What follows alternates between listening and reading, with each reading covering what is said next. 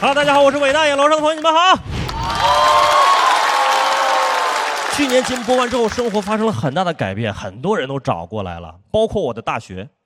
我校庆那天我就回去了，我是文学院的，去到文学院，我们老师热情地招待了我，然后给了我个礼品袋，里面有文化衫，有红围巾，还有2封信，我就打开看，其中1封信是感谢信，亲爱的校友，欢迎你回到你的母校，你把你的青春留在了这里。你把你的年华留在了这里，看到这儿我以为我死在了这里。打开看第2封信，捐款须知，我应该是死在了这里。真的，我当时整个人都有点麻了，因为我看过那种新闻，回到学校是捐几千万，学校用那个校友的名字来命名教学楼。我看我没有那么多钱，但是我就算捐了，用我的名字命名教学楼，大野楼。就感觉跟养老院一样，然后就算用我俱乐部的名字来命名，校麻楼，寓意也不好啊。毕业之后直接成为社会的麻楼。老师跟我说，那接下来有一个线下的活动啊，去参加吧。然后我们是这个文学院啊，我们有一个礼堂，进去有这个交流会啊，我还被安排在第1排，还要发言啊。我当时就很紧张，因为我担心有校友人真的捐钱怎么办啊？是吧？我就很紧张，在那等。还好前面的几位学长学姐呢，只是表达了一些思念。直到我前面这个学长，我文学院的学长啊，大我10届，站起来说：“雷军去年回到武汉大学，捐了13个亿。”我心想，谁问你了？在干啥呢？你在这儿啊？就你会认字儿？我正在迟疑的时候，这大哥接着往下说了：“当然了，我们没有雷军这么优秀。我这次来呢。”只带了2个亿，我脑子当时就炸了，朋友们，说完了，下一个就是我怎么接呀？啊，我只能说我死在这儿，我把遗体捐给学校吧。这我正在迟疑，正在坐如针毡的时候，那大哥接着说了啊，我这2个亿呢，就是青春的回忆和咱师生的情谊。我说玩这个是吧？今天，好家伙，你这不止2个亿啊！你还有虚情假意跟忘恩负义呢，你这是4个亿啊，4个亿啊！我们院长听到2个亿的时候，噌都站起来了，听到后面噌又坐下了，紧急撤回了一个 respect。这研究了一辈子诗词歌赋的文学教授，坐下的同时直接说脏话了。真的，我心想，学长那会儿我就想送他1000万，我让他出门千万要小心。好，谢谢大家，我伟大，谢谢各位，拜拜。Hello， 你们好，球队。好久没比了，有点紧张啊。说实话，作为选手，这个比赛就只能激发出我人性中那些恶。哎，平时大家写出一个新段子，我真替他高兴。哎，但一站到比赛这个舞台上，我看到这么多新人，这么多好段子，我只觉得王府里的女人太多了。哎，这时候看同行写出一个新段子，感觉就像跟你一起争宠的嫔妃，她又怀孕了，我1胎也没有。我知道做姐妹的应该替她高兴啊，但我更多的是焦虑，看着自己那篇空白的稿子，有点跟华妃共情了。我说怎么人人都能生，偏偏本宫生不了？我不知道人家咋写出的新段子，就去学习嘛。哎，我去看黑灯一整个专场，就是在说自己眼神不好这个事儿。说实话，有一瞬间，我想把他眼睛治好。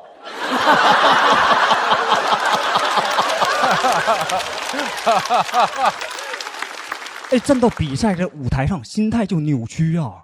看着台下你们手握投票器的时候，我感觉自己好像站到了一个宫斗游戏的弹窗里，等着大家是救救我，还是打入冷宫。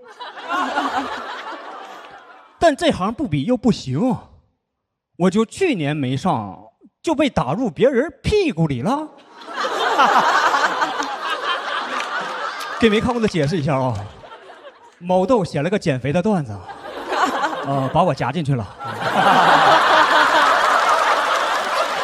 对不起，对不起。没事，这就是所有信息了，后边都能听懂了哈。其实我看完那个段子没觉得有多冒犯啊，喜剧嘛。但网上有人替我感到冒犯，给我发私信说：“秋瑞，你赶紧举报毛豆，低俗色情。”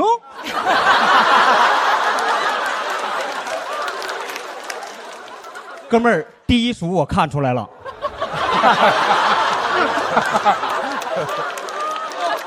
我也真不是替毛豆说话哈，就他这个梗要是不写我的话呀，没有别的办法啊。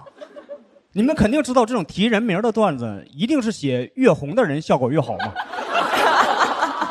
哎，偏偏就是真正的大明星，你也不敢夹呀。不信就把他这个段子里的我随便换成一家哥哥，结果都特别恐怖。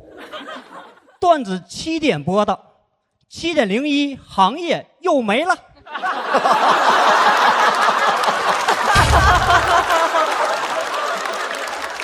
戛然而止。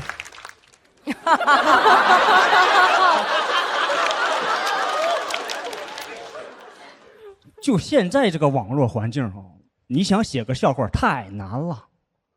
我们读稿会聊毛豆这个本子第一个讨论的都不是怎么改能更好笑，是到底夹谁能不上热搜啊？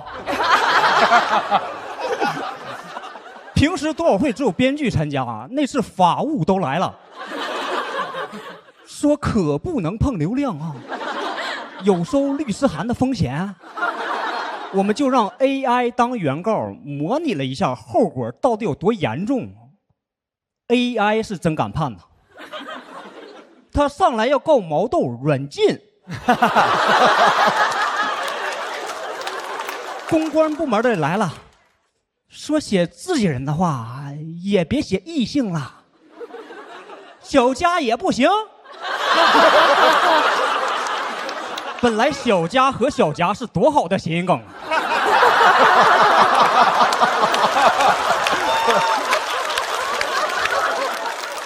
对呀，我去年只能夹多少？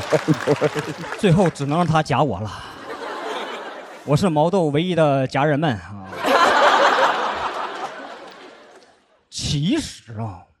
其实毛豆屁股里能夹的东西就是脱口秀能冒犯的边界。我们私下里讨论过说除了我之外有没有什么更好的解决方案？说夹了不能被网友骂，还有热度，甚至能被网友夸。哎，我们琢磨了半天，只想到了一个就是去夹小鬼子。但导演组听说我要讲这段也害怕，说提了这么多次屁股，会不会被平台限流啊？要不要改成腰腿连接处啊？对吧？网上就根本找不到那种说出来能让所有人满意的教科书式的表达，甚至教科书在网上都有些网友骂。我之前就看到朝花夕拾被骂了，说写了书桌上刻早字是在破坏公物。我感觉鲁迅要是知道他因为这个原因被骂，都想在那个早字上面加上草字头啊。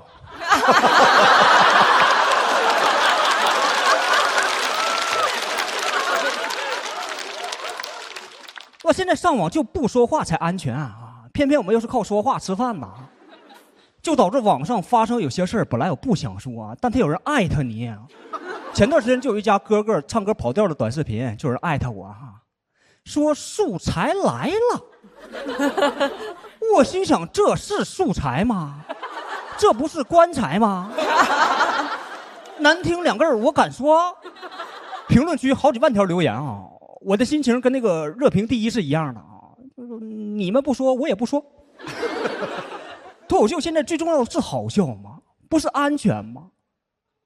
外边太危险了，我回毛豆腰腿连接处了，拜拜。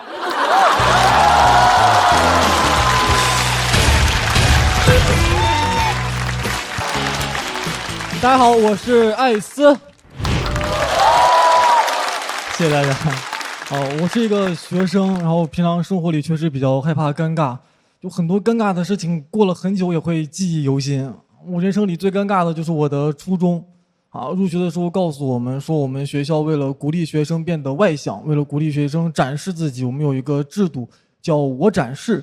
什么意思呢？就是在我们学校，所有的学生，你上课回答问题的时候是不需要举手的，就你直接站起来，然后说我展示。不止这一条，如果你在别人展示的过程中觉得有问题你就站起来说我质疑。你觉得他质疑的还不够，你就站起来说我补充。我开学那天听完这个制度，我脑子里就3个字，我说我转学。就这也太尴尬了吧，尤其是这个我展示，你说我回答都行啊，我展示，我感觉我是一个孔雀。然后老师说，同学们，我们就按这个我展示来试一下，大家回答一下问题啊。全班5分钟鸦雀无声，5分钟之后你才听到一声我展示，是我们班学习委员站起来了，他也是站起来之后才成了学习委员。很快周围同学陆陆续续都开始展示了，这搞得我开始有点焦虑了。我说我展不展示，就感觉是一个抉择的时刻，你要么成为这个班级里的大多数，但你就不再是人类里的大多数。我纠结半天，我咬咬牙，我说我展示。我站起来才发现这题我不会，很难适应。我特别羡慕我同桌，他很快就适应了这种表达方式，他甚至都有点融会贯通了。有一天我们老师在黑板上布置作业，我同桌站起来，我反对。他是真厉害。后来基本全班都适应了这个制度反而是很多新入职的老师适应不了。你想刚刚毕业的大学生来上自己的第1堂课问自己的第1个问题同学们，杜甫是哪一个朝代的呀？你正常的时候大家又一起唐朝，我们班50多个人拍案而起，我展示。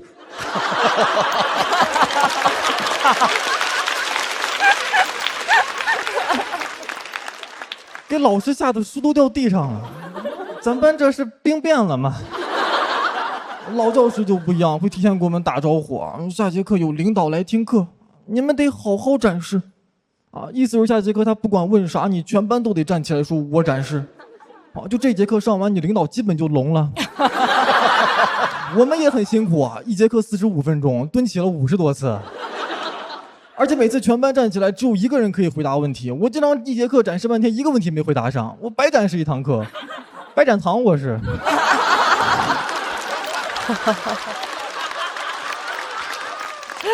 长大后和朋友聊天也很难融入他们吐槽说这个小时候的动画片也太尴尬了吧，里面的人动不动就大声喊出自己的招式名。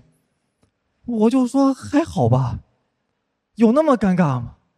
奥特曼他也没有跳出来说什么我攻击，这也太吓人了对面小怪兽看到都懵了，互相讨论他为什么要说我攻击我母鸡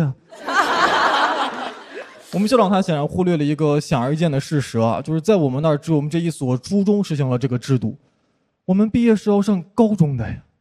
你上高中根本适应不了。我上高中第1天我就告诉自己，我说艾斯，这是一个正常的学校，你可不能展示你得举手。但朋友们，你养成一个习惯只需要21天，我展示了3年。那根本不是我给自己打一个预防针我就能解决的，你根本控制不了自己的本能。我开学第3天就展示了。老师问了一个特别简单的问题同学们，借问酒家何处有的下一句是什么？我条件反射，我展示。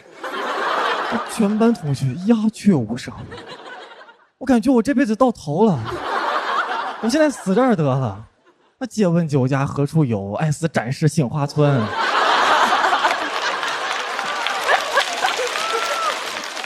你就感觉那个时间暂停了5秒，5秒后全班哄堂大笑那是我人生第1次炸场。只有我同桌没笑他看向我的眼神有一点恐惧。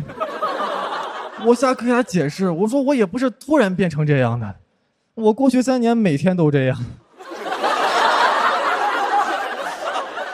我觉得当时啊，高一是我这个16岁人生最尴尬的瞬间了，你不可能有比这还尴尬的时候了。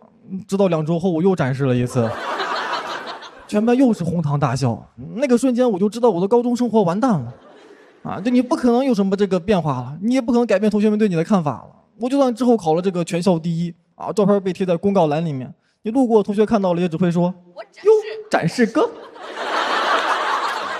唯一能让我稍微平衡一点的，就是隔壁班有一个展示姐，我初中同学啊，我们每次见面都会互相关心对方。哎，你最近展示了吗？你仔细一想，初中同学毕业之后散落到各个高中啊，都会成为各自的展示哥、展示姐。我们真的是聚是一团火，展示满天歌。这个段子比较洗脑嘛，之前在线下演，有一次在一个地铁站被一个观众朋友认出来了，他说：“艾斯，我特别喜欢你，我展示这个段子，我可以跟你合个影吗？”我还挺高兴的，我说好啊，我就感觉他终于是一个快乐而不是尴尬的事情了。然后观众朋友说：“艾斯，我们能不能拍一张 live 图？我们边拍边说我展示。”我说在地铁上展示了，感谢谢谢大家。哎，谢谢。啊，谢谢大家，我是小帕，我来自新疆。新疆的城市你们知道哪里？随便说。乌鲁木齐、伊犁、库尔，你们说的都是些大城市，很好的地方。我来自一个非常非常小的地方，叫做阿克苏。苹果。对，出来这么多年，从来没有在外面见过阿克苏人，仿佛阿克苏没有人，全是苹果。我是一个维吾尔族，我们家人非常传统。我奶奶从小就跟我说，你长大了只能跟我们这儿的人结婚，不然的话，你就会把我们往上70代祖宗和往下70代儿孙全都拉进地狱，太吓人了，朋友们！往上70代，往下70代，没我。不同地方的人不能在一起，这个观点在我看来非常的狭，因为在我看来，可能全世界也就只有2种情况是不太方便在一起的吧。第一种情况，关系太近，近亲结婚肯定不行，对吧？第二种情况，关系太远，生殖隔离。对，我每次讲这个段子，都会有部分观众处在一种什么隔离？他刚说什么牌子的隔离？虽然我对婚姻的态度非常的包容，但我长这么大都没结过婚，因为我们家的婚都被我爸结完了。啊，对，我跟他认识这么多年，他大概有6、7段婚姻，这是我知道的。我不知道。放假回家，家里有一个陌生的女人，我知道她是谁，我想表现的友好一点，但是太紧张了，人一紧张说话就会很尴尬。我一张嘴，你是新来的妈妈吧？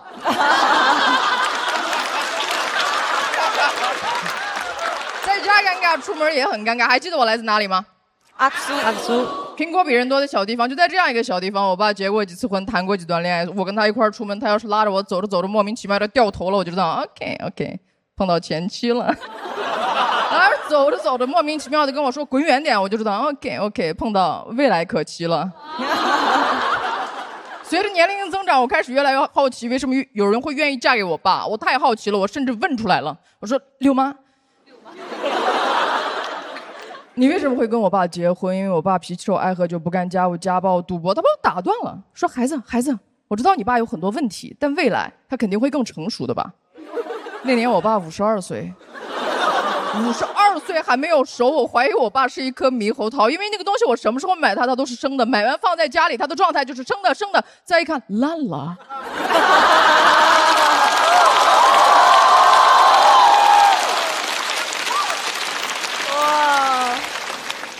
我们家所有人都很包容我爸，一直都跟我说，你爸还年轻，过2年就好了。他过2年就走了。跟我爸相反的是我不光是早熟的，我是被催熟的。家里人从小就跟我说，你不小了，你得懂事儿。那我先走。可能就是因为我爸所谓的不成熟吧，他会同时跟几位女性纠缠不清。我从小就见过那种画面，就我2个妈打起来了，他们在那互相抓，2个妈互相抓，那个场面就特别抓妈。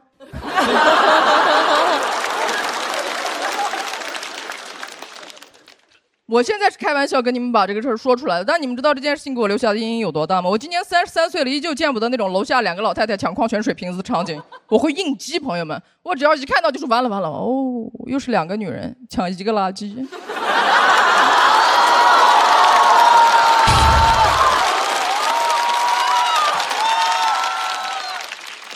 我很好奇，为什么我爸能结这么多次婚？我太好奇了。后来我才知道他好聪明，他能把一件利己的事说成是利他的。我问过他，我说你都失败了这么多回，你为什么还要结婚？他说我这不主要是为了给你找个妈妈。他想搞对象，他拿我当借口，我都怀疑他跟别人搞对象的时候说的是不是要不要上去坐一会儿？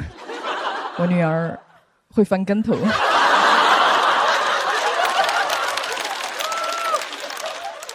如果他结婚真的只是为了给我找一个妈的话，不应该稍微参考一下我的想法吗？不，我跟这位母亲婚前都没见过，凭什么？她自由恋爱，我包办母女。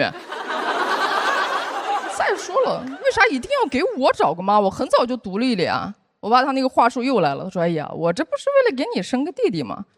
对吧？等你以后嫁人了，你老公打你的时候。”你弟弟可以保护你。那一刻我就明白了一个道理，朋友们，这个世界上不一定会有男人爱我，但是一定会有男人打我。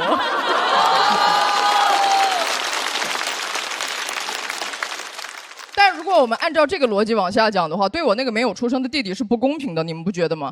他如果生来就是为了保护我，那他没有自己的人生要过，没有自己的理想要实现啊？他没有自己的老婆要打吗？谢谢。爸的逻辑很奇怪，还等着我嫁人。他一边等着别人把女儿嫁到自己家，一边等着把自己家的女儿嫁到别人家，等价交换。最早的一般等价物是羊，我就感觉自己像那个羊，从一个家到另外一个家，但后来发现自己想多了，羊到了别人家，当羊就可以了，不用当牛做马。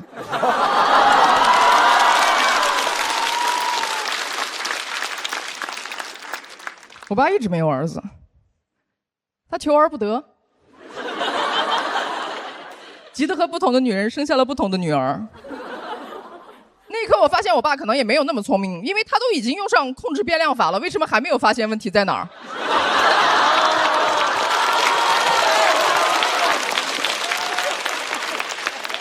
我小学2年级就知道0乘以任何数它都等于0。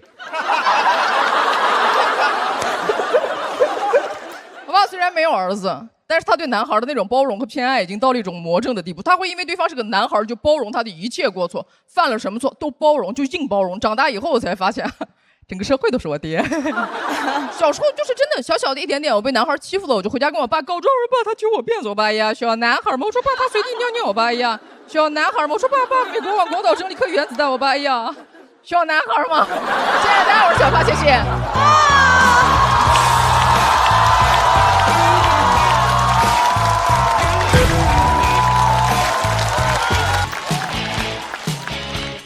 大家好，我是韩大狗。第一次录节目，很紧张，也很激动。昨天来彩排，看这舞台，这布景，感觉节目把我们都当成脱口秀明星了。昨天一到节目组订那个廉价酒店，还只是朋友。廉价酒店我熟，大家可能也住过，出差旅游。我们平时每周巡演住的都是那些便宜的快捷连锁酒店，太难住了，里边的一次性用品也很劣质。我不知道大家有没有发现，越廉价酒店那个拖鞋材质就越薄，对，比兰州拉面那个牛肉还薄，像餐巾纸做的一样，感觉能遇水即化了。而且这个拖鞋每天被绑着，处于一个折叠的状态，它已经变成2D 的了，它是个平面。你的脚塞不进去的，我在那试图穿着拖鞋，像在捻烟头一样，感觉这拖鞋多穿几次，我脚趾能点超了。而且我希望这些酒店能不能达成一个共识，就你们把一次性拖鞋放在一个固定的位置，有必要藏那么深吗？又不是找新娘的鞋子，我一进门就要找那个拖鞋，像在密室逃脱一样，找半天找不到。只能打电话给前台说 NPC 能给我点线索吗？他让我看看衣柜里第2个抽屉，放那个保险柜边上，怎么不直接放保险柜里边呢？这么破、这么难穿拖鞋，没有人要带走的，除了2年前的姜子浩。拖鞋不好好准备，给我房间里放了一堆用不太到东西。有些酒店号称为了环保，已经不主动提供一次性牙膏、牙刷，但会放着针线包和浴帽。针线包对我来说可太实用了，我终于可以 DIY 双好穿的拖鞋喽。还有那个浴帽对我来说它就是个鞋套。我特意问过身边女生朋友，他们说他们洗澡不想洗头的时候也不会戴着浴帽，太难用了，宁可把那个花洒高度降低。我就很好奇这个浴帽的受众到底是谁。有次洗澡的时候我正好不想洗头，我就戴着浴帽。这个澡洗完我觉得头也要洗洗了，全是汗，他把我体内所有水分都蒸馏出来，搞得我一头雾水的。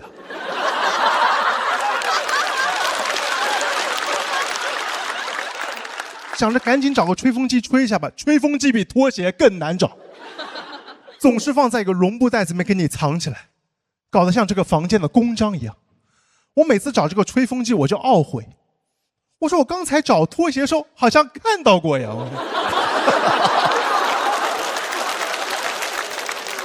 而且酒店的床上总有一堆东西，我一个人睡给我放6个枕头，我睡哪？6个枕头，就算是哪吒来睡，都得要2个哪吒才能用完6个枕头，还不够。床尾还会放一条我把它叫做围巾的东西，一条混天绫。我又很好奇，问了身边酒店行业朋友，我说这个东西是给我擦脚用的吗？他说不是，这个叫床旗，是给那些不想脱鞋子、穿着鞋子躺上床的客人垫脚用的。我说那你就好好准备一次性拖鞋不就可以了吗？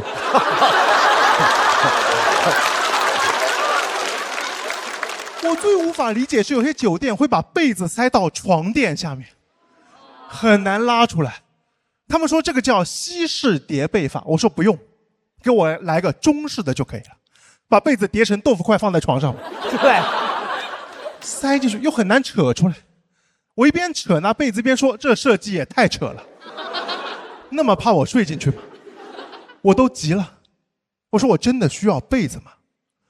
我盖那6个枕头得了，觉得冷还有一条围巾吗？不是，最后还睡进去了，睡在被窝里动也没法动，感觉自己睡在一个大型的一次性拖鞋里边了。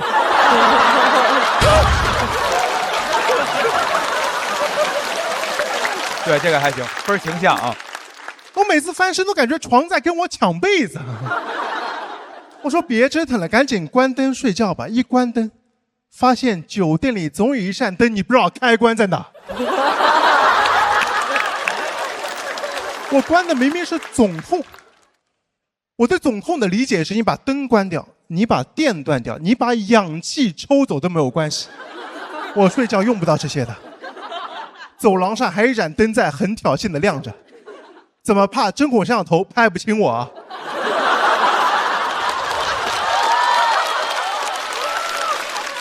酒店里灯的开关搞得像那个酒桌游戏啊！这个是开，这个是关，你猜这个是开还是关？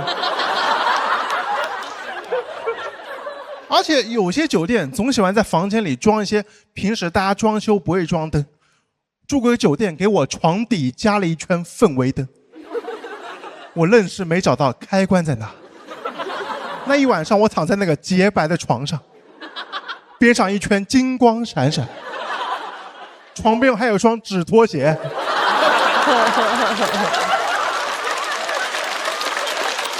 这住的啥？元记酒店啊！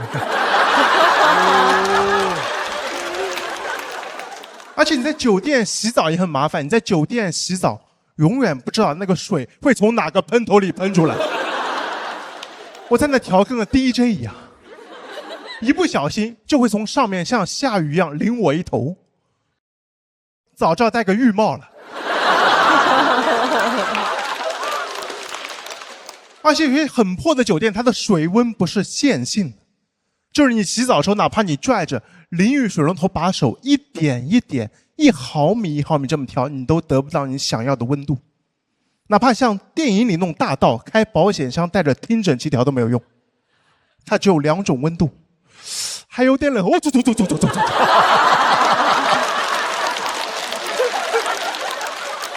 破酒店，搞得我澡也洗不好，觉也睡不好，晚上踢被子脚还崴了。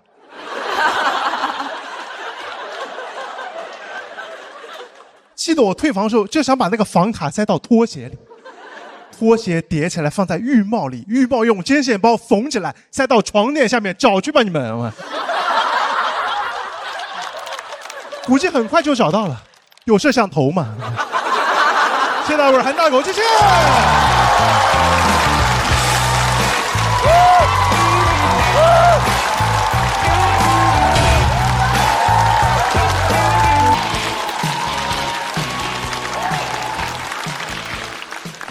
Hello， 大家好，我是二哥。先不用鼓掌，我的本职工作是一名消防员，现在可以了。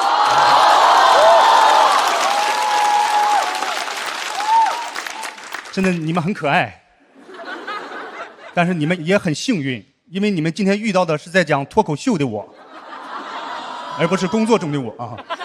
我喜欢讲脱口秀，是因为它能够让我讲真话。以前没讲的时候，经常有人问我，说你为什么选择做一名消防员？我说因为喜欢，因为热爱。但讲了脱口秀以后，我得抒发真情实感。什么喜欢，什么热爱，不是还有责任、使命和担当吗？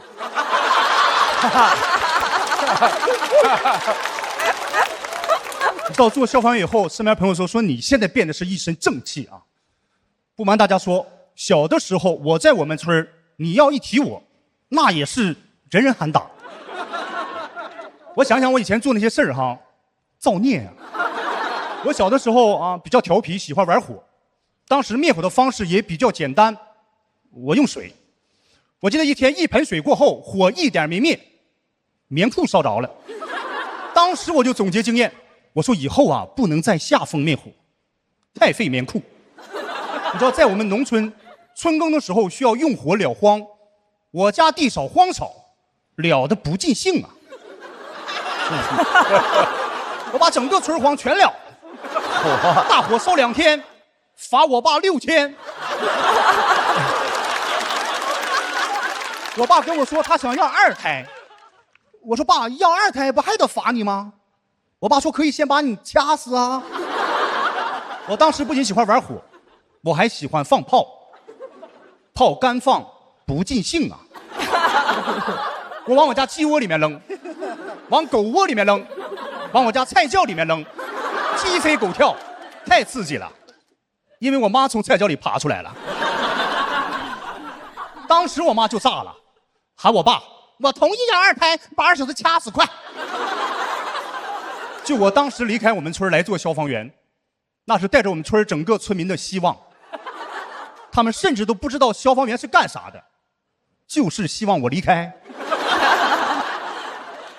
我走那天，村长都上我家送我，深情地抱着我，说太好了，赶快建设城市去吧，村里能败回来就败回来了。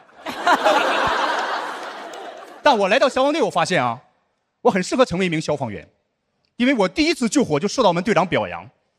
我们队长说：“老二你可以啊，我还没等教你，你就知道在火场里判断风向。”我说：“棉裤给过我教训啊。”他说：“你怎么在这次战斗中表现得这么从容，这么淡定呢？”我说：“我来之前我见过大场面呐。”就当时年轻被表扬以后啊，人就有点飘了。老战友看不下去了，拿话说我，说老二你现在哪到哪？我敢徒手抓这么长的蛇，你敢吗？我在火场里燃烧着的煤气罐，我拎出个仨，你敢吗？我当时年轻气盛啊，我说我用炮帮过我妈，你敢吗？那个我做了14年消防员，不是跟大家吹，以前二哥在无数次的灭火救援当中，我都是第一个下车，并且冲在前面的。因为作为一名消防员，我没有办法，我当时出警的时候上车最慢。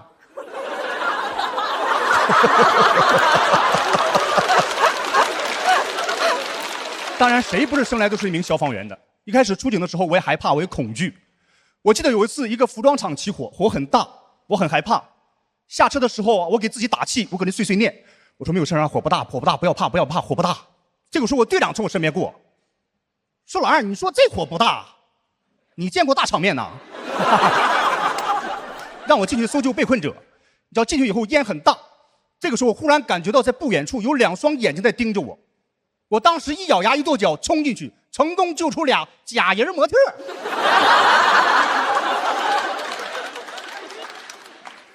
就有的时候想看清一个人真的很难。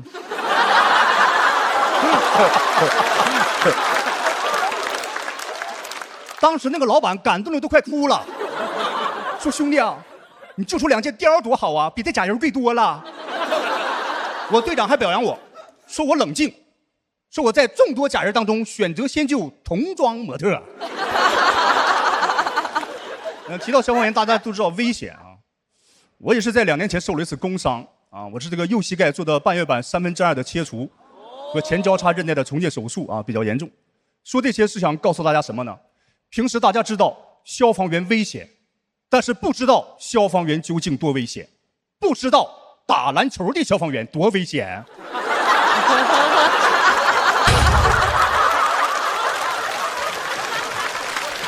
神经病啊！我当时就站在场边，看他们消防员打篮球，就能给我创这样。创我的是我战友，是我最爱的人，伤我最深。我见过这么多次意外啊，就这次意外最让我意外。我当时躺在地上，我战友们全围了过来关心我，有的说冷敷，有的说热敷。我躺7、8分钟。没人领我看大夫，好不容易有个战友掏出手机，说：“老二，你不要着急，哥们儿找个明白人给你看一看。”后来问我生辰8字是多少？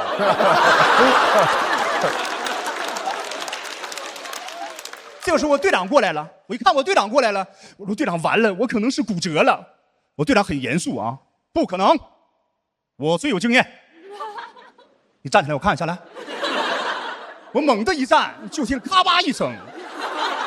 队长说：“现在这叫骨折，送医院。”来到医院，大夫很专业，一看片子，妈呀，你怎么整的？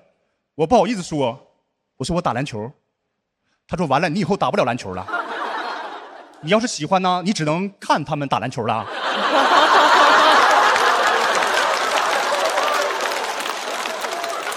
我没听大夫的，我不敢再看了。你知道我做很多年消防员。我饱尝人间烟火。你知道很多人问我说你在进行一些比较危险救援的时候，你脑子里在想些什么？是像影视剧里想的那样，想奉献、想立功吗？其实我没那么高大上，我没想过奉献，没想过立功，但我更没想过后退。谢谢大家，我是二哥。好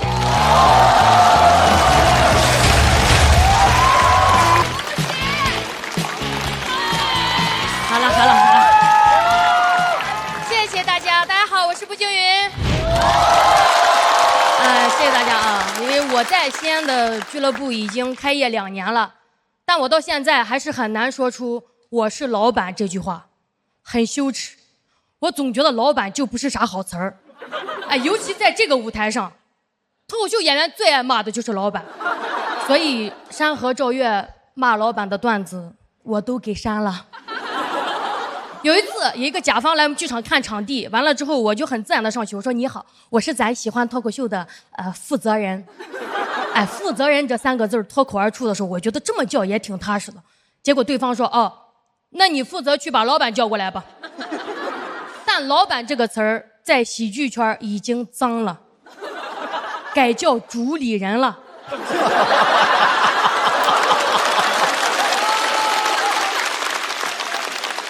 有一天我姥爷在家就看到一个关于我的视频，就听到了，很激动，问我说：“我刚听到你都主什么？你主任了？哎呦，主任可不好当呢。”我当时觉得我姥爷是在开玩笑，结果去年过年的时候，我们剧场有演员给我送了一条金项链。真的，主任不好当，太容易被腐蚀了。挺尴尬的。我说呀，这太贵重了吧？他特别真诚说呀，不姐，你过年给我发了这么多，我必须给你送个礼物。我都觉得，他就越说越激动，眼眶都红了。哎，他这一哭，把我良知都哭醒了。我都没想到，我都当老板了还有良知。我说呀，不了不了，他说你拿着拿着，在那来回推脱，最后逼得我实话都出来了。我说哎呀，我挣的比你多得多。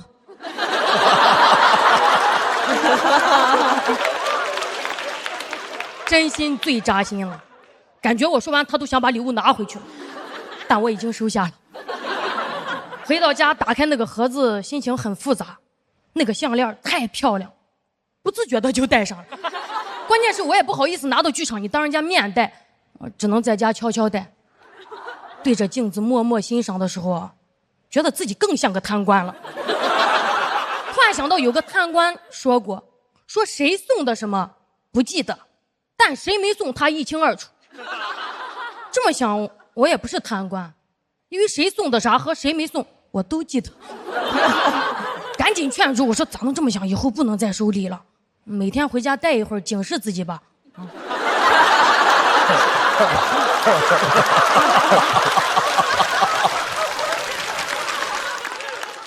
这是第一条，也是最后一条。我们剧场总共就3个人干活，就这有时候意见还不统一呢。我说那咱公平点，大家投票吧。结果一个赞成，一个反对，一个要去上厕所。有时候也很难处理大家之间的矛盾。有一次我2个同事起冲突，一个在朋友圈指桑骂槐，另一个瞬间就炸了。我当时就想，你俩别影响我今天的演出。哎，我想到这儿的时候，我觉得我跟那些老板也没啥区别，因为员工受委屈的时候，我的第一反应在乎的不是他们的情绪，而是别影响我挣钱呀。两人在后台你一句我一句，眼看吵起来了。我吼了一声我至今不能相信的话，我说好了，以后都不许再发朋友圈。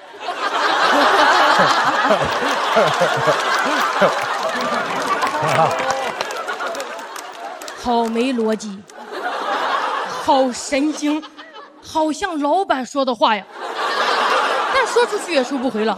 终于明白为什么老板都爱发火了，4个字：无能狂怒。我以前刚上班的时候，有一个男领导半夜给我发微信，说让我发一张照片给他。我当时想着要证件照嘛，我说你要红色蓝色，结果是黄色。我后来才知道他经常骚扰女下属，真的很恶心。从此以后我工作中特别长心眼了，我就在职场里就非常防着男领导了。但前段时间我们俱乐部演出完了去聚餐，我们剧场有一个非常可爱的小男孩，哎，我那天就跟大家一起开了很多很开心的玩笑。我现在回想，可能就我这么觉得，因为老板都觉得团建很开心呀。我半夜回到家，突然想到有个事还挺着急的，我就给那个男孩发微信，我说你睡了吗？对方一直显示正在输入中，但我啥都没收到。我第2天就问，人家直接就说了啊，不姐，我昨天以为你喝多了，我有点害怕。我赶紧上去解释，我说你怕什么？解释把你当弟弟。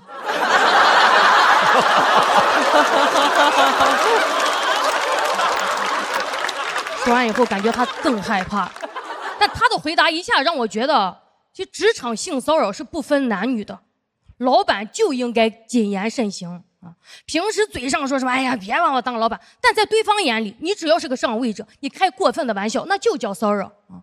可能也只有女老板会反思自己这一点吧。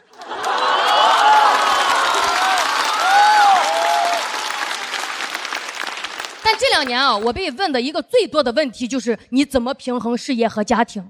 哇，好老的问题啊！老到我想冲上去掐住他的脖子说好老的问题。哎，这种陷阱问题你指望我怎么回答呀？啊，我建议你去问个别男老板，你是怎么平衡几个家庭啊？因为我觉得家庭跟事业又不在一个次元里，为什么非得是平衡的关系？你怎么不问我不姐，你怎么一边骑车子一边包饺子？这个问题我答不了啊，因为我这个事业没有家庭还忙不开呢。我有时候剧场人多的时候，我女儿会在门口说小心台阶，我老公帮忙拍照检票，我公公每天给我去打扫卫生，什么平不平衡的都给我加入。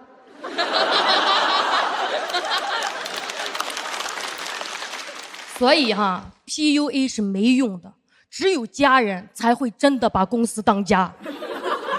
真的很烦，每个搞事业的女人老要被这个问题，天天咋平衡咋平衡，是创业还是走钢丝呀？我说放以前啊，我也就忍了，但人当老板以后真的会硬气。有一次我需要一篇报道，他上来又问说：“步惊云，你作为老板怎么平衡事业和家庭？”我说：“那您作为媒体怎么平衡流量和真相呀？”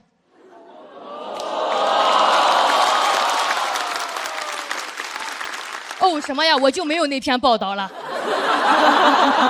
那既然这个问题这么棘手，咱今天欢聚一堂就把这事给定了，好不好？以后不许再问了。我觉得以前的女人得做选择，现在的女人关你啥事儿啊？好了，散会，我是步惊云。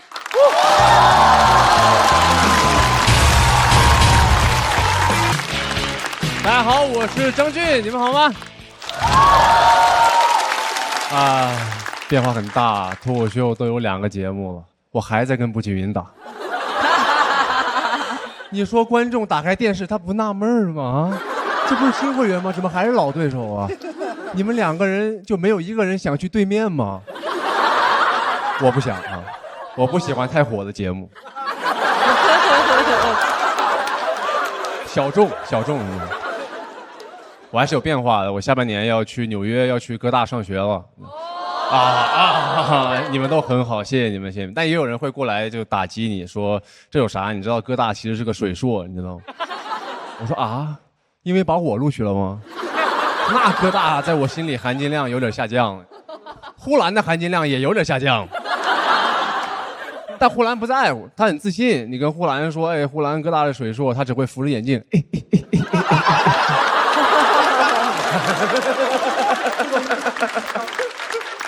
他可能会说哥大是水硕，因为他毕业了。我跟呼兰就像是数学题那2人一样，他给哥大放水，我给哥大注水。我去上学的原因非常简单，因为我对这个世界很好奇，我想去看看世界，就这么简单。很多人都这样。我有一个南非的白人朋友，他问我说：“你那么想去看世界，为什么不直接飞到纽约去旅居？”我说什么？旅居这么白人的词儿？我说因为我是个中国人，我不能纯玩了。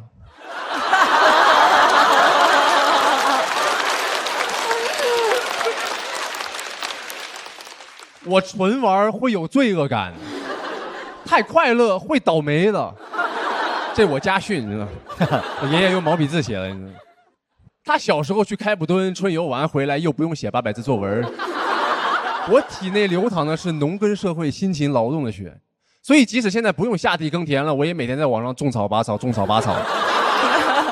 就算是看世界，你也要拿个本儿回来才算看了世界的。对于我们来说，我觉得唐僧当年也没有那么想去取经了，他就是想去西天看一下而已。他完全可以骑在孙悟空头上飞到西天去，到了定位西天，然后文案勇敢的人先享受西天。然后旁边孙悟空本人配音，老和尚骑了我一路非要坐头等舱，你知道吗？但他不行，因为他是个东亚人。他跟李世民逼巴半天，我要去西天看一下这个。李世民说：“那你 gap 完回来还当和尚吗？”和尚挺热门，就业方向，你知道，你空白这几年不好找工作。唐僧说：“那我拿个本回来。”行，唐僧算是第一批公派留学的留子。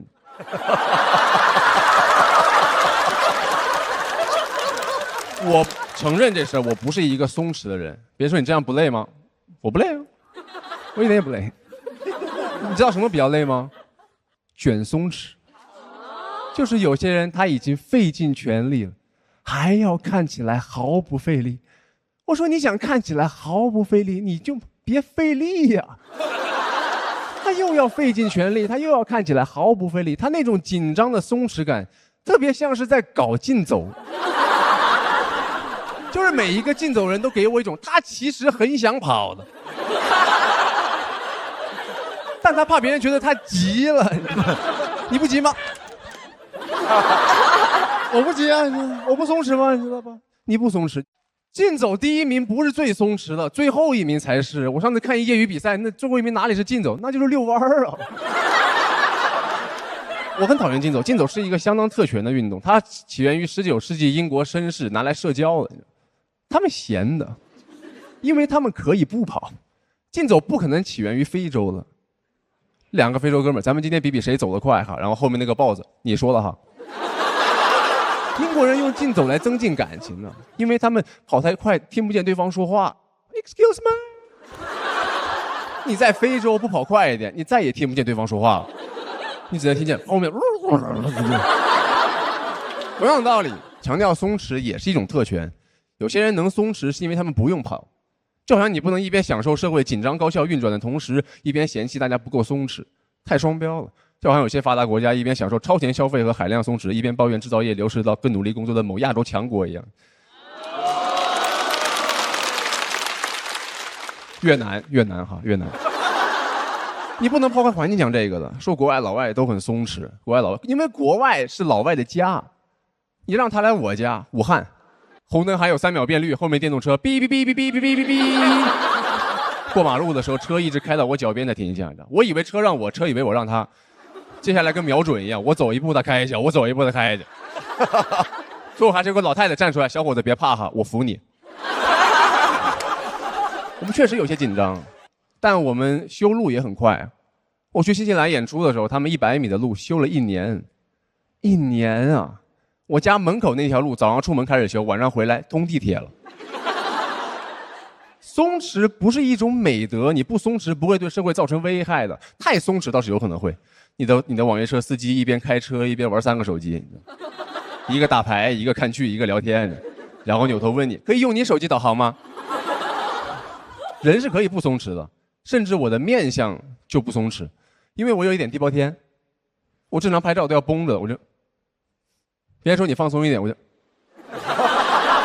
地包天很难看起来很松弛，你知道吧？朱元璋其实是个很松弛的哥们儿。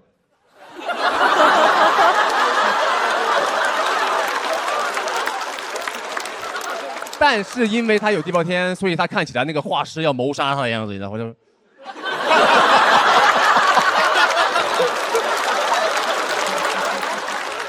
不知道为什么这个模仿我做的特别轻松，你知道吗？有些人就这样，又有天赋又努力。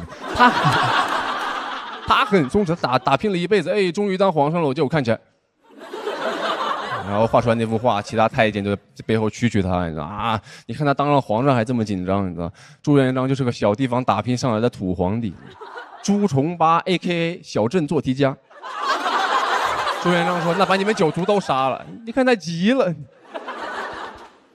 当松弛是一种特权的时候，它对大部分人来说就已经成了一种负担了。我现在就是放弃松弛了，我就想认认真真做所有事情，就算别人说什么我也听不见了，因为我跑起来了，你知道吗？你不够松弛 ，excuse me。认认真真做所有事情，我甚至觉得你必须要放弃松弛，才能够获得松弛。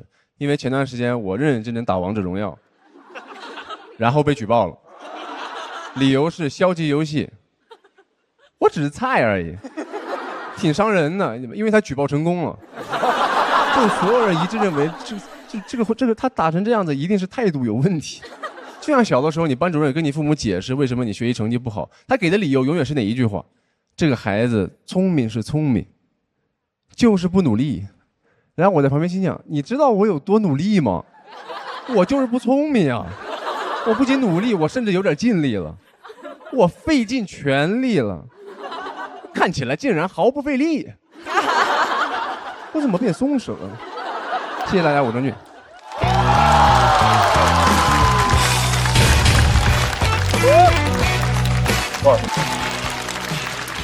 Hello， 大家好，我是雪冰。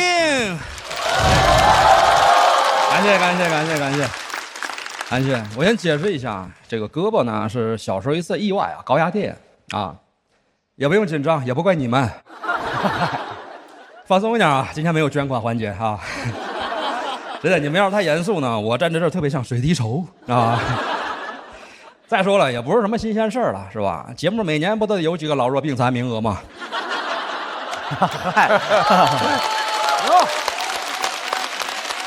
我本来计划今年是来打小家的，是吧？哎呀，今天观众真好，真热情，真的感谢你们。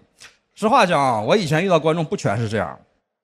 我第一次上台讲脱口秀，印象特别深，真的，那天台下一个笑的都没有，我在台上讲的都快口吐白沫了，那观众看着我真是鸦雀无声。有的人眼里边还泛着泪光。关键是你观众紧张不敢笑吧，也会影响我呀。哎，我也紧张啊，而且我一紧张吧，喜欢流汗，一个手拿着麦还没法擦。有时候那个汗越流越多呀，实在挺不住了，流进眼睛里了，我就一边讲一边拿手背去擦。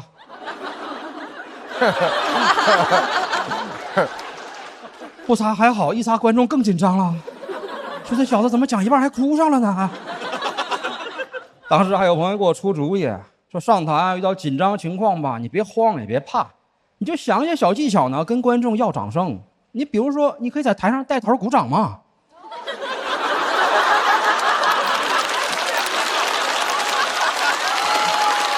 我感到幸福，你就拍拍手。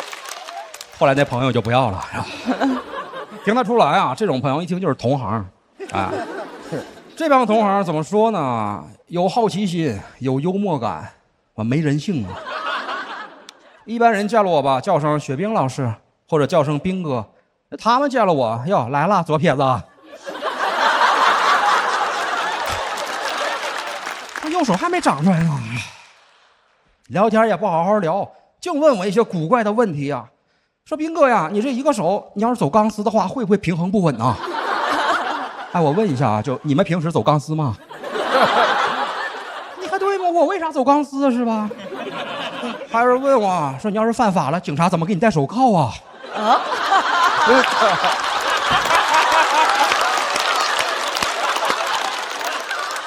我不知道啊，我也不想知道。挺好，跟大家聊聊天啊，讲讲我这个比较特殊的经历啊。小时候淘气，经历了一场意外事故，然后失去了这个右手。当时出事之后呢，我身边的同龄的小孩都特别的听话，家长们也都拿我这个事儿当反面教材，吓唬自己家的孩子，说啥都有啊，越传越没边儿。其中啊，我听过一种啊最离谱的说法，说我呀从小不好好写作业，手让老师给没收了。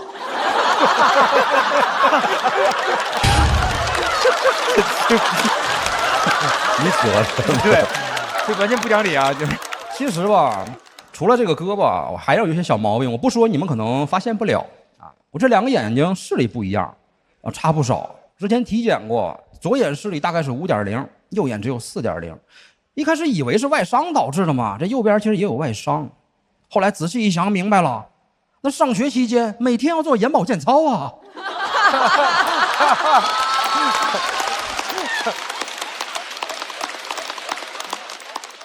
那么多年只做了一只眼睛。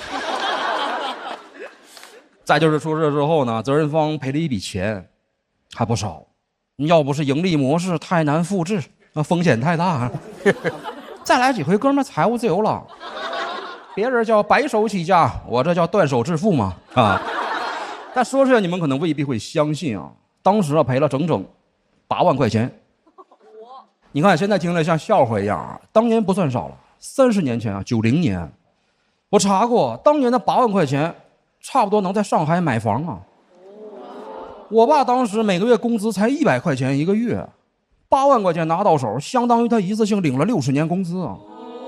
拿到钱之后，我爸非常激动，说这个钱拿的不容易啊，我儿子拿命换的呀，你下半辈子全指他了，谁也不能动，到现在都没动。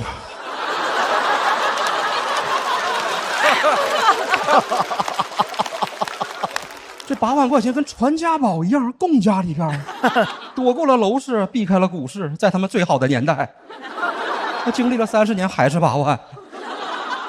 我跟他聊过，问过他，想知道他咋想的。他说想留着给儿子以后娶媳妇用。我说当年娶多好。他说那时候你才5岁呀。真的，有时候我就想啊，你说当年他要是没把钱藏起来，他真在上海给我买套房，这么多年过去了，怎么也得拆迁个1次2次吧？万一运气好，1套变2套，你说我现在要是坐拥上海2套房，我得啥感觉呀？我感觉我虽然少了一只手，但是多了一双翅膀啊！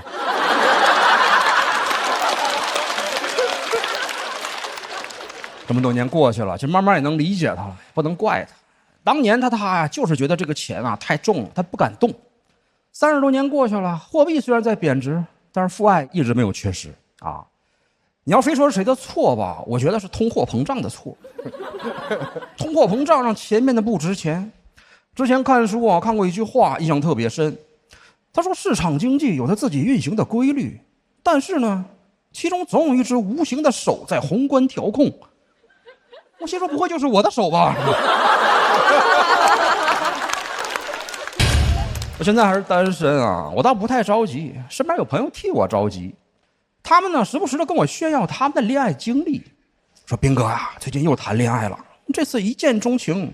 你不谈恋爱你不知道，当你遇见那个心动的对象那一瞬间，哎呀，特别的刺激，那是一种触电般的感觉。我说我知道啊，那感觉不只是刺激，还伤身体呢，是吧？之前家里还有一个做婚介的亲戚，特别热情，业务能力也强，非要帮我介绍对象，但搞得特别神秘啊，啥也不跟我讲，只说我俩特别般配。然后领来了，见面了，小姑娘真的什么都挺好，就是听不见我说话。我这才反应过来，我说啊，我说你给我介绍的这是个小龙女啊，啊，怪不得说我俩般配，哎，我是杨过呀。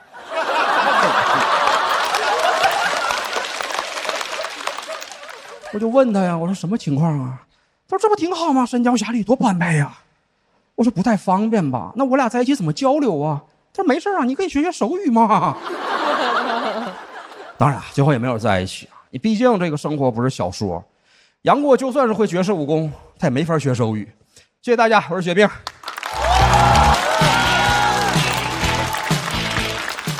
Hello， 大家好，我是菜菜。Hello。谢谢啊。前段时间回了趟老家啊，去参加外公的葬礼，他活到了96岁啊。对，挺长寿的，挺长寿的。我希望我们今天在座的所有人啊，都能一起活到死。按我们老家的习俗啊，就我得买头猪来祭奠我外公。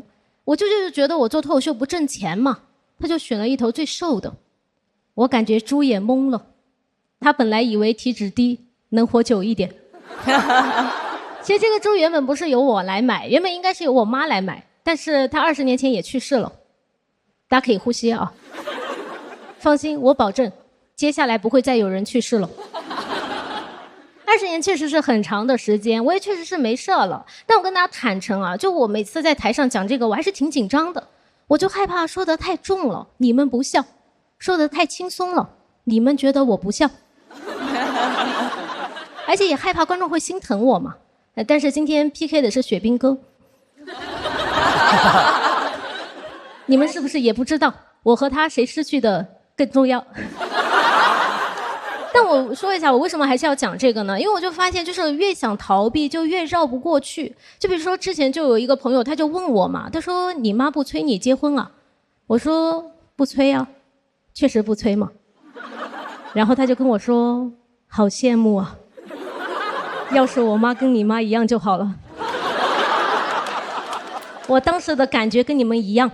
功德完了，我就赶紧跟他说：“我说别啊，不一样挺好的。”结果他说我身在福中不知福，哎，我就不知道该怎么回了。我总不可能跟他说你的福气在后头呢。有时候也不是我想逃避，是别人想替我逃避。就比如我的初中同学啊，他们就背着我开过一个班会，那个主要的内容是不允许当着我的面唱周杰伦的《听妈妈的话》。唱一次要罚2块钱当班费，也不知道为什么不直接给我。周杰伦也不知道，他因为2块钱在我们班被封杀了。其实我知道同学们是善意的，但有时候太小心翼翼了，我反而会被这种善意给绑架到。就比如说我最害怕的就是中午食堂吃饭嘛，然后学校的广播突然开始放《听妈妈的话》，一放同学们都不吃了，开始偷瞄我。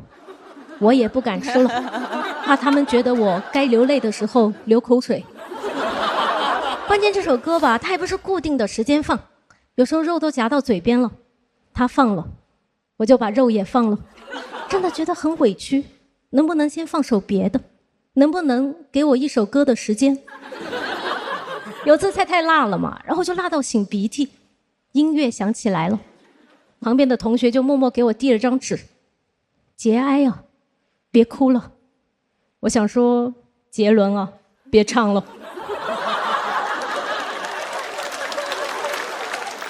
包括去年录节目嘛，然后播出之后，就有很多年没联系的初中同学，他就给我发信息，他说替我开心，恭喜我，还说他这些年啊，只要看到周杰伦相关的东西，就会想到我。还特别小心翼翼地问我，他说：“哎呀，那你录节目的时候看到那个何广智？”周杰伦最伟大的赝品。他那么像周杰伦，你会想妈妈吗？这也太绕了。我不会啊，我只想赢。包括之前在另一个俱乐部讲这个段子嘛，然后我下台之后，那个俱乐部的主理人他就过来跟我说，他说他感觉有点心疼。我说那你心疼的话，给我涨点演出费。到了月底发钱的时候啊，我发现他确实是更心疼钱。但我知道今天的观众肯定不一样啊，你们肯定比他真诚。如果你们心疼我，可以给我投票。你们应该发现了，就我现在已经不会被善意绑架了，因为我会绑架善意。而且我甚至还学会了绑架恶意，因为我去年讲卫生巾的段子嘛，然后播出之后就有键盘侠给我发私信骂我，他就说你讲这么低俗的东西博眼球，你妈没教你啊。我当时就觉得机会来了，我要让他为自己说过的话感到羞愧。我就跟他说我妈妈去世了，我等了半天，他就回我，我就知道。对，很没有心对吧？但是我也没有回他了。但我去年上坟的时候就把这个事儿给我妈说了一下，还给她烧了这个键盘侠的 ID。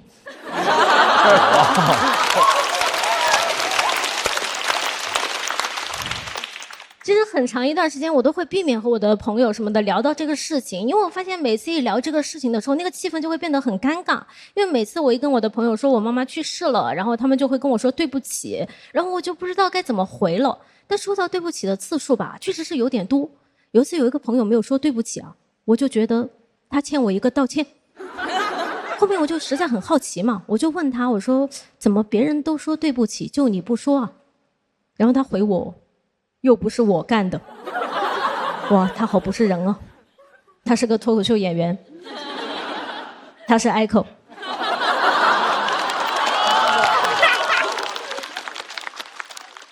就包括有一次他和他家里开视频嘛，然后我就在他旁边，他就突然点着那个屏幕对我说，他说你看看这是什么？我说这什么呀？他说这是妈妈。他好地狱对吧？但大家也别怪他，反正他妈也不爱他。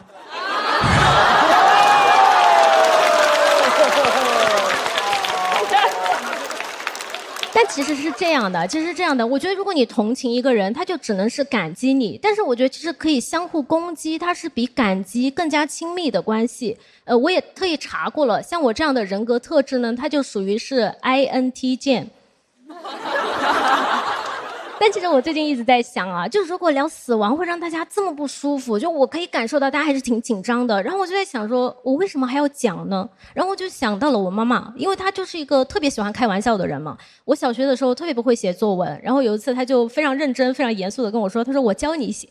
她说写作文最重要的就是抒情，你就这么写啊，蓝天真他娘的蓝啊，白云真他娘的白。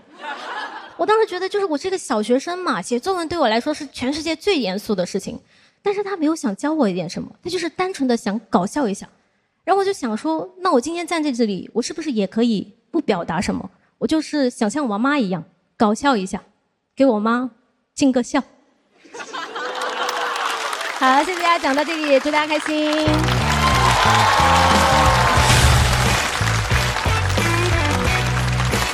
艾文，今年还在坚持工作，去年边上班边跑去上了节目，副业被发现了，现在在公司失去了自己的真名，我领导现在叫我赛文。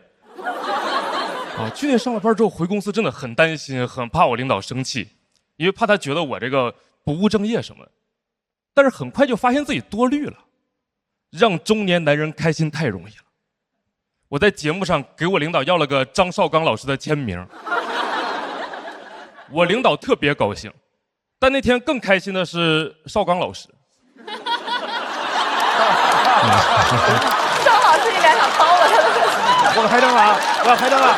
我要开灯了！当我说出那句“张老师，我能要你个签名吗”的时候，张老师的神情似乎想要确认一下。我问的是张雨绮还是大张伟？你们可以看一下，是我去年为数不多的镜头，在第4集上34分22秒那个。张老师那天发现是他自己之后都没有跟我说行，他跟我说的是谢谢。分享一下我自己最近生活里的烦恼。我讨厌人工智能。我不是凭空讨厌，我有立场。我是计算机硕士，我的专业方向是人工智能和机器学习。水硕。我最近经常会在午休时间接到人工智能打来的骚扰电话，感觉自己被自己学的知识背刺，真的很怀念以前还是人打骚扰电话的时候。那个时候起码我骂他，他能听见。现在就算人工智能能听见，一个 AI 我能怎么骂他？我都没法问候他的家人，对吧？我总不去骂人工智能之父吧？等下次 AI 给我打电话，我说我去你大爷，艾伦图灵。就是这样，现在诈骗电话都开始能用人工智能了。我姥姥前段时间接到了一个诈骗电话，很吓人。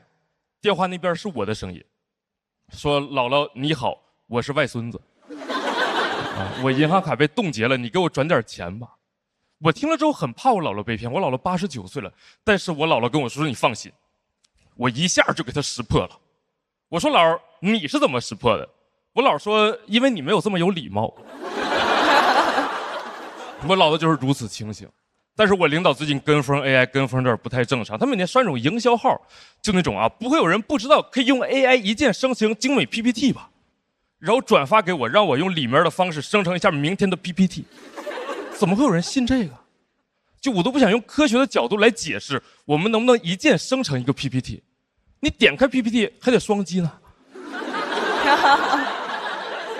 对吧？我领导最近在跟风用一些大语言模型他也用不明白。但是这个不怪他，因为想要充分发挥人工智能模型的性能，需要使用者能说清自己的需求。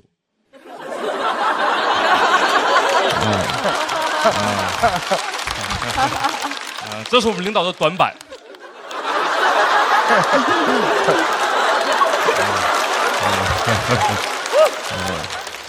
他跟我说大模型不好用，让我过去帮他看一下。我看了一下，他把一堆文件发给那个 AI。然后跟和我说话一样，说来你把这些东西帮我弄一下。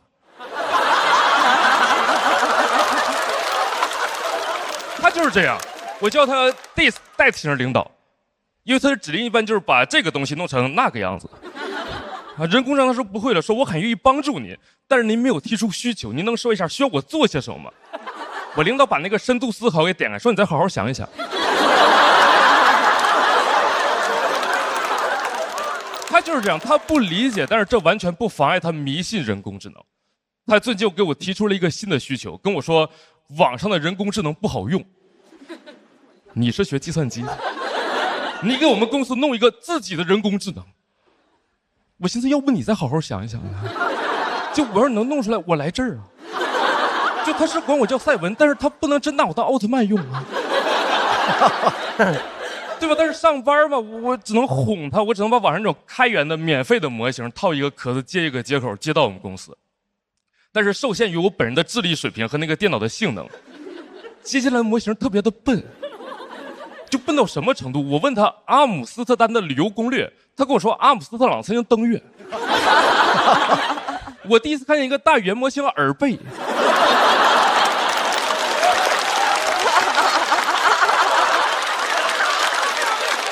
对，就如果这样能替人类工作的话，我姥爷也行。人力都不需要对他进行背调他那个耳朵20多年前就已经背调了。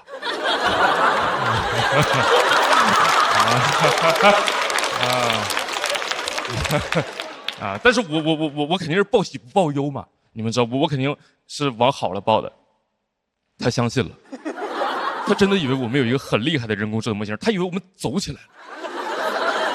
他有我们可以，他现在已经开始因此压缩我任务的 deadline 了。他之前让我干3天的活，跟我说现在有 AI 了，你把它1天干完吧。他就是这样，他不懂，但是他只要有一丝理由就可以用来 push 你的工作，他挺坏的。幸好我也不是什么好人啊，其实那个3天的活我1天能干完。啊，我骗他2年了。这才叫把工作做在平时，朋友们。但是基本职业素养我还是有的。那天那个活真的很急，我一个人熬到了凌晨3点，一己之力把活全干完了。人工智能睡得可踏实了。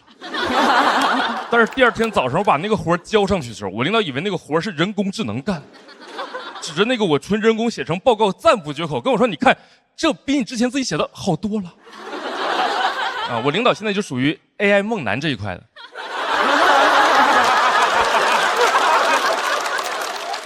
就人工做的活他不喜欢啊，人工智能做的他就喜欢。我都想问我们领导，就领导没想到你还是个智性恋呢。现在跟风 AI 的人真的挺多的，我真的觉得现在有点没意思。今年的风口是人工智能，前几年是区块链，是 VR， 是元宇宙，每一个风口都要干。各种风口词语同时出现的时候，我领导来我工位找我，我都不知道他要干啥，我都得问他，领导是哪阵风把您给吹来了？我真的不建议大家什么风都跟。我有一个二大爷，他就是不好好上班，总喜欢搬个椅子下楼去吹风，现在已经中风了。我最新一次去看的时候，人倒是挺好，就是嘴歪了，说不清话，别人给他打电话也接不了啊，只能指着那个电话，你把这个弄一下。我讲完了，拜拜，朋友们。来服了他那个橘子。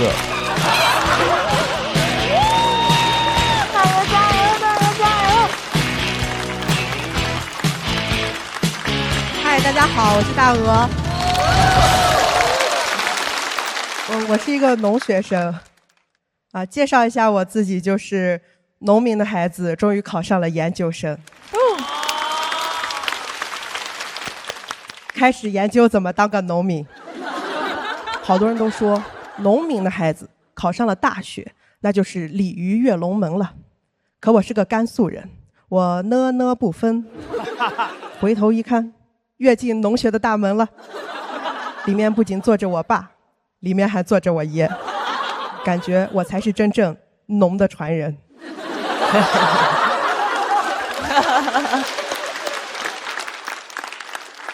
很多营销号都说某某明星为了追星把自己追进了娱乐圈，我的偶像袁隆平，我现在也把自己追进了农学圈。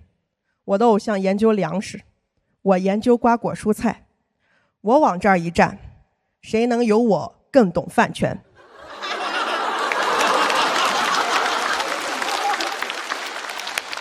别人为了支持哥哥买专辑冲销量，我为了支持爷爷，1天4顿，顿顿不落。你想收缩了还？你从我这个体型就可以看出来，真的很喜欢品鉴爷爷的作品。前段时间还有朋友给我推荐了一个综艺，叫《种地吧少年》，我也去看了，看完之后都不想拆穿大家，你们真的喜欢看种地啊？我一个种地的都喜欢看少年。刚开始少年们种的手忙脚乱的，还有粉丝在那心疼弟弟，我在那心疼地，急得我想上去帮他们。到时候这节目直接改名就叫我来吧少年。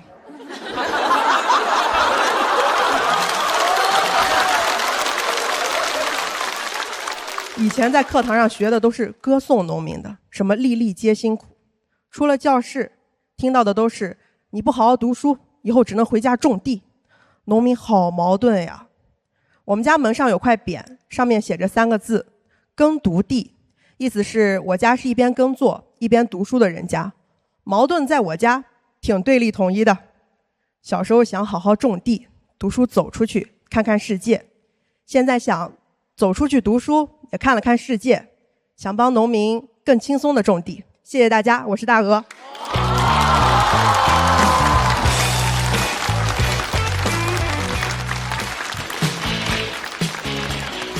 哎，大家好，我是小雪。能看得出来我也是孩子的妈妈了吗？哦，谢谢，我是2个孩子的妈妈了。人可以愚蠢2次，但是没有想到很快就愚蠢了第3次。我抽签抽到了漫才兄弟，这真是弟弟杀我。但我觉得已然这样了嘛，那就放开了讲嘛，是不是？你这个舞台上，你不同身份的中年姐姐，也可以发表自己的声音，对不对？对。我已经结婚7年了啊，今年正好是我们2人的头七。我是北京人啊，老北京姐姐，但是我老公他是南方人，苏州的。对，南北方大融合，他是那个到北京工作，我们通过相亲给认识到一起去的，而且我们很般配。就是属于大家眼中那种最萌身高差，我的身高是1.70米，他的身高正好是1.58米，这是真事儿。就我跟他在一起都有那种当白雪公主的感觉。但是前2天呢，我们的婚姻出现了一点小小的波澜。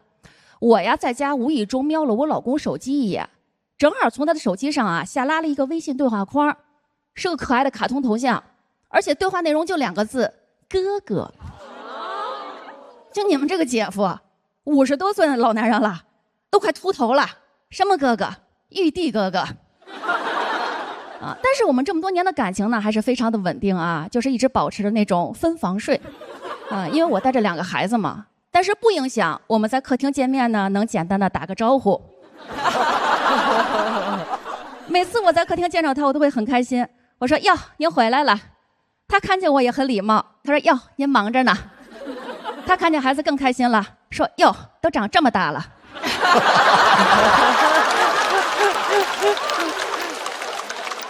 你说现在突然冒出一个女的叫他哥哥，也可能说明人这女人呢对我老公就是真心的那种不忌口。但瞎猜啊，也未必是女的。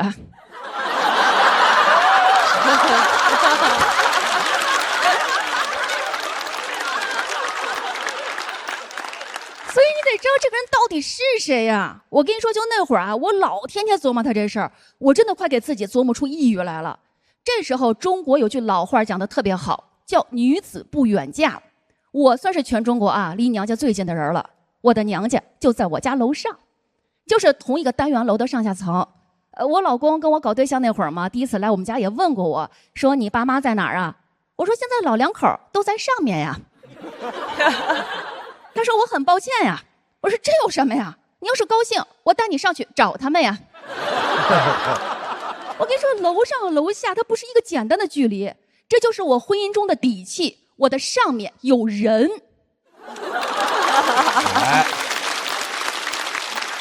我直接上去找我爸妈去了，我就跟他说，我说我想看我老公手机。我妈都没问原因，一看自己姑娘委屈了，我妈当时就说孩子呀，你知道他的开机密码吗？我爸说你知道他的密码没用啊，他可以删除聊天记录啊。我妈说如果这小子把聊天记录都删了，更应该可疑呀。我爸说现在谁能全删呀？那都是捡重点的删。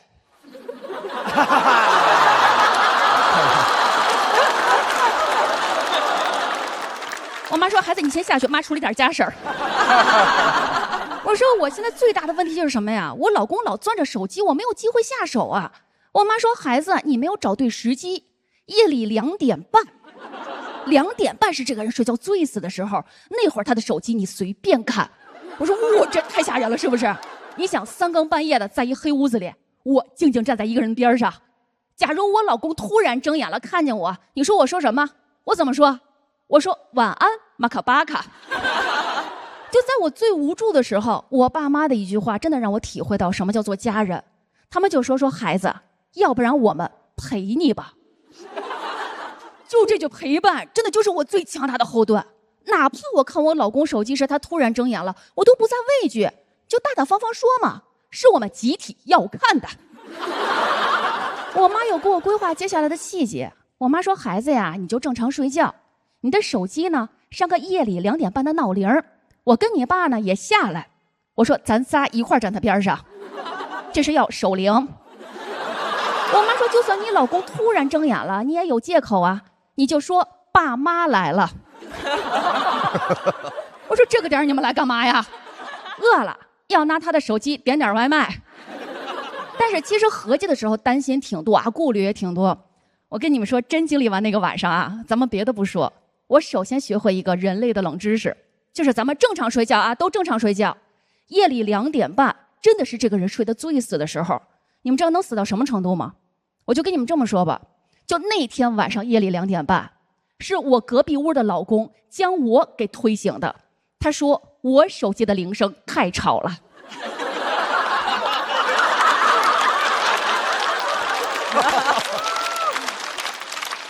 接下来我老公的话让我更加踏实了，他说你爸妈来了。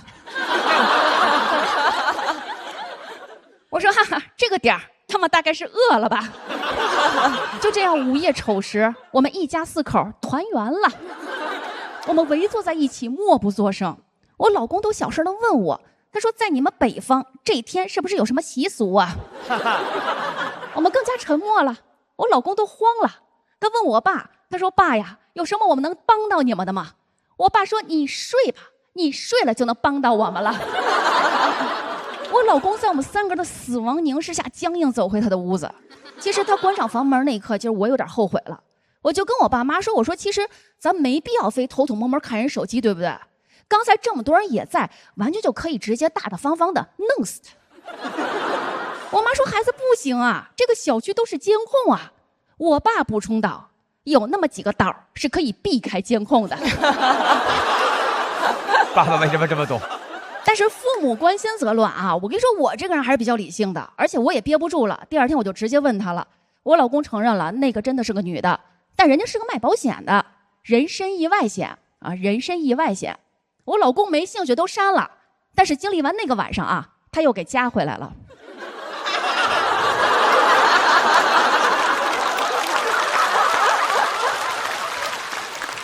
就是虽然看手机失败了，各位啊，但是我觉得我反而成长了。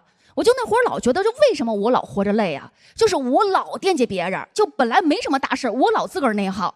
其实我懂得，就是你自己内耗了，就是联合外人一起来欺负你自己。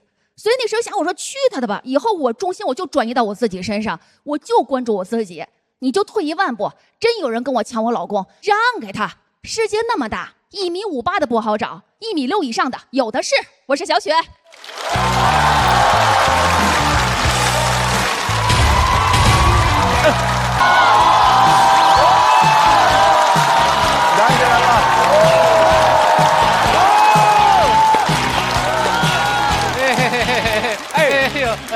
坐，都是坐着的。Hello， 大家好，我是徐浩伦。Hello， 大家好，我是谭湘文，我们是漫才兄弟。谢谢大家。好久不见，好久不见啊！春晚演员的这个欢迎度还是蛮高的。你不要再说话了，快点啊！最近就是身为一个年轻人，比较懒惰啊，家里特别的脏。那很正常啊！看到网上很流行的一个东西叫做家政服啊，一条龙的服务，给你家里搞得干干净净的，比较方便。我从来没有喊过啊，想模拟一下这个场景，我们试一下，我们来还原一次。家里太乱了啊，在哪里都找了半天人嘞啊，留个地址给我不行？要不打个电话来，哥哥啊？打电话好。喂，你那里有包厢不？订 KTV 啊，在这里啊，找地方的了啊。那你要留个地址给我，在哪里呢？13楼啊！哦，13楼。出电梯右拐，第一个这个门是吗？啊，对。那我好像看到了是吧？等一下啊，到了没有？我看看怎么进来啊！马上啊！你不要当着我的面跳数，好不好啊？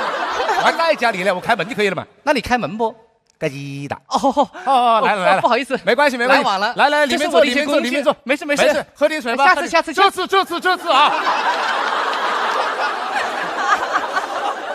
下次啊！你知道你过来干什么的吧？哦，可以帮我点首周杰伦的《稻香》还是 KTV 是为什么呢？为了搞卫生的。哦，搞卫生是吧？那开始之前我还是给你介绍一下啊。介绍我们这是个套餐服务哦，不光有搞卫生，还有这个收纳啊，很火。收纳不是说把你的家变得多大，而是合理的利用你的空间。好吧，你也需要配合我一下，看哪些是该丢的、该要的，跟我说一声。那没问题。电视机还要不？电视机肯定要了，大哥。你收废品来了，在这里啊！你收点垃圾走嘛。哦，垃圾先给你收走了。对。好了，矿泉水瓶给你丢掉了啊，丢掉没用。垃圾袋给你丢掉了啊，太脏了。快递盒也给你丢掉了啊，丢。哦，还有这个08年 NBA 詹姆斯亲民球衣给你丢掉了啊。这个听名字就不能丢，晓得吧？啊，这个不能丢，肯定不能丢啊。那再来一次啊！你倒出来干什么了？啊，瓶子给你丢掉了啊，丢掉。快递盒丢掉了啊，塑料袋给你丢掉了啊。可以。还有这个08年 NBA 詹姆斯亲民球衣，我就收下了啊。收下了啊！你是收纳不是笑纳啊！我跟你说啊，放回去。干什么了？真的是。那你这里不用搞卫生，蛮干净的。主要搞的不是这里，哪里脏了？哎，洗手间。哦，洗手间是吧？对。带我去看一眼。你看吧，你看，你这个洗手池平时不怎么打理，对，比较脏，这个水渍对不对？常年累积下来的。你平时怎么搞的？我平时拿抹布擦不干净。你看，为什么说人是这个灵长类的动物？哦，你这个办法行不通，你可以换个办法嘛。换一个，对不对？带了很多的小工具。你看这块比较脏，对不对？可以展现我们人类的智慧。智慧在哪里了？智慧啊！用口水擦呀！不，我看这个污渍顽不顽强？这本来没那么顽强的，晓得吧？你不要着急，你又有小秘方嘛？你是不要着急嘛。啊，一勺洗洁精，小米醋，小苏打，塔 Q 是什么东西了啊？调酒来了，在这里啊，往里面加什么龙舌兰了啊？你懂什么了？高浓度的酒精可以做到除污去垢的效果。哦，只要这个比例调得对，就搞得干净，晓得不？还是喝了来，在这里啊。我是看这个搞卫生的，你不要着急嘛，你先把它撒上去，溶解个3到5秒左右，起泡泡了。你等它起泡泡的时候，拿出我们的抹布这么一擦，哎呦，是吧？干净了，是不是水渍不见了？不见了，那水龙头也不见了。那为什么呢？你把我水龙头溶解掉了是吧？在这里，你这水搞得干不干净？干净还是干净，晓得吧？哦，还有这个马桶要搞。你看这个马桶就很难搞干净了。对，清水洗洁精很难搞得掉，搞不干净，也是常年累积的啊。你们一般拿什么搞呢？你家里有可乐没有？哦，可乐好搞，可乐好喝。要你说呀，我不知道可乐好喝啊，几10年的老品牌。你懂什么了啊？用可乐洗完会留下一股淡淡的柠檬清香。专业，洗自己身上啊？谁要闻你身上的淡淡柠檬清香了那个呀？我不是想冲厕所哦，冲厕所哦。真的是，你自己试下看有没有效果嘛？对，还真是干净了啊，是吧？专业的人干专业的事情，看见没？还是不错。哎呦，干嘛鬼上身啊？你在这里啊？哦，不好意思，帅哥，怎么了？我肚子有点痛。哦，肚子痛啊？有一点点。哦，那怎么不会肚子痛呢？那洗洁精加龙舌兰能喝不了，大哥呀？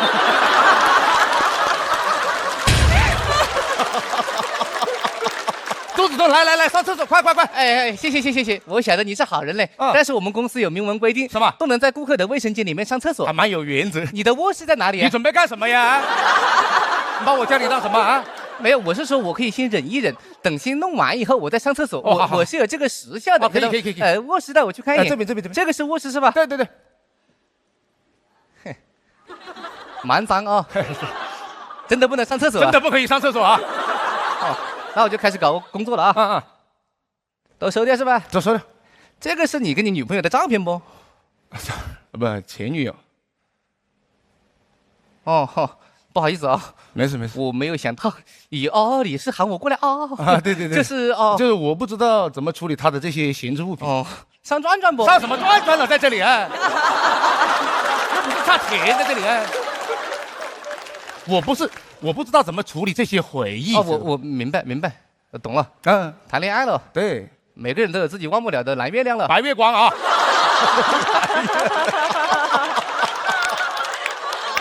有病啊你啊！我买那么多洗衣液干什么了？不是我理解了，那这个照片我就看了丢掉。你不会舍不得吧？那丢掉。哎呦！我就晓得你没有忘记他，我就晓得你的心里都是他，我就晓得你的心里压根就没有我。我心里肯定没有你，晓得吧？我才认识你多久了，心里有你？不是，这个照片我懂，就是想留不想留了。你告诉你个好办法，什么？电视剧看过没有？看过。拿把剪刀给我。小妙招啊！对，这是给你剪了个刘海。修什么刘海了，在这里啊？神经病啊！这不应该把人剪开吗？他是把人剪开了啊！对，着急了，来留一半啊！把脑袋跟身体剪开有什么用啦？照片没用了，丢了啊！那就好了，就是清除回忆了啊！对，跟他有关的都不要是吧？不要了。这个手表是他送我的，那我就拿走了啊！拿走干什么啊？又在这里笑纳是吧？在这里啊！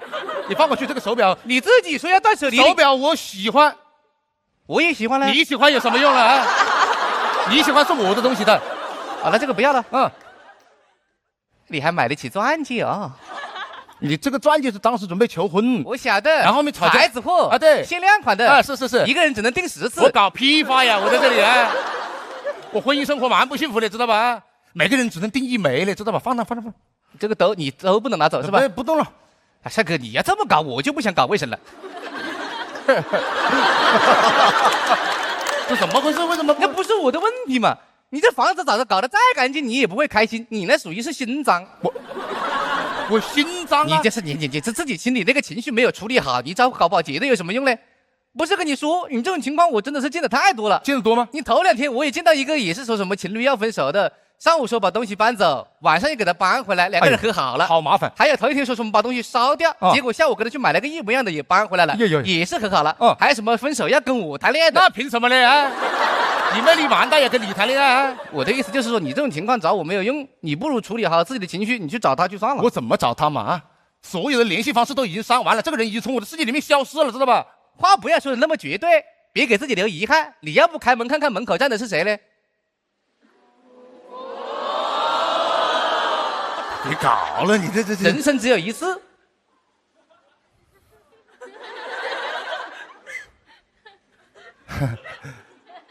谁？张绍刚。张绍刚是哪位了？哎呦，你神经吧啊！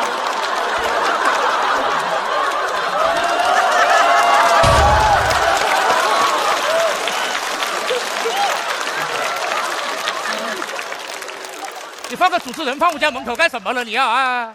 我把喊他过来。哎呀，我的意思，我晓得了，你肯定是有话要对他说。我肯定有话对他讲啊！你要说就说出来嘛。我对谁？人都不在这里啊！你要不对我说的？我怎么带入得进去了？你去想一想，我也是为了你好，你对我都说不出口，你倒是对他，你怎么办呢？我肯定对你说不出口，你这个你这个，你进得蛮快的，在这里啊。我知道我们2个肯定是存在一点的问题，就是我当时不知道吵架以后你离家出走再也不回来了，我不晓得是这个结局，知道吧？你有什么想说的没有？我真的没关系，没关系。我觉得我们的感情，我觉得我们的感情没关系啊，好像跳楼机。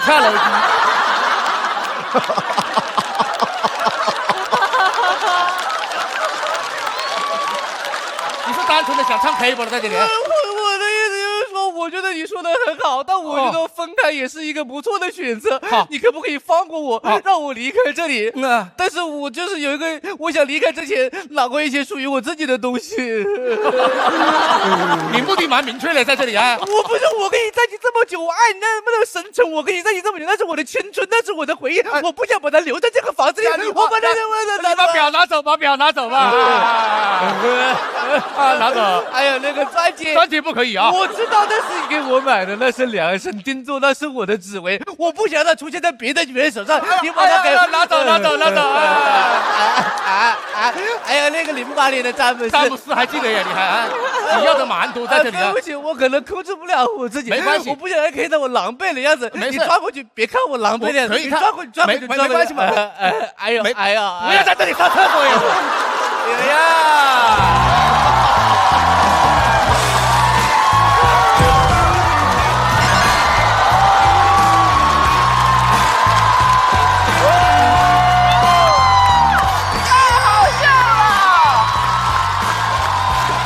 冠军夫妇没有办法，比咱强。